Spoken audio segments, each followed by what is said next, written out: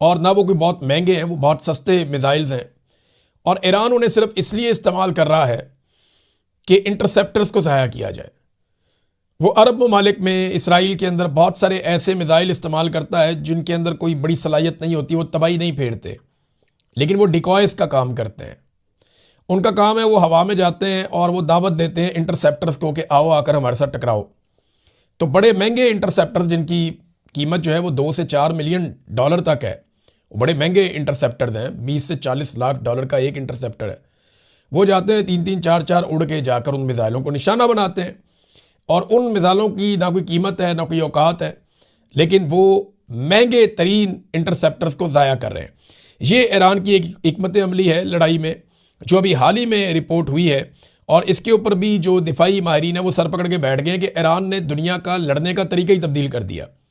उसने सारी लड़ाई को ड्रोन्स पे और मिसाइलों पे शिफ्ट कर दिया। अब पूरी दुनिया को मिसाइल, इंटरसेप्टर्स और ड्रोन्स बनाने पड़ेंगे और लड़ाई का जो पूरा का पूरा मैकेनिज्म है, पूरी की पूरी साइंस है, वो तब्दील हो जाएगी ईरान की, अमेरिका की और इसराइल की इस लड़ाई के बाद।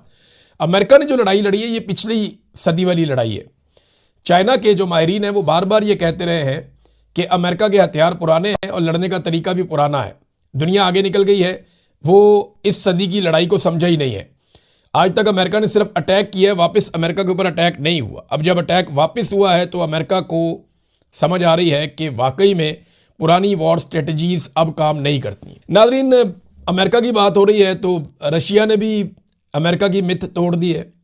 अमेरिका बहुत सारी जगहों से मार खा गया है इस मरतबा। अमेरिका का एक रोब होता था, एक दबदबा होता था, वो अब नहीं है।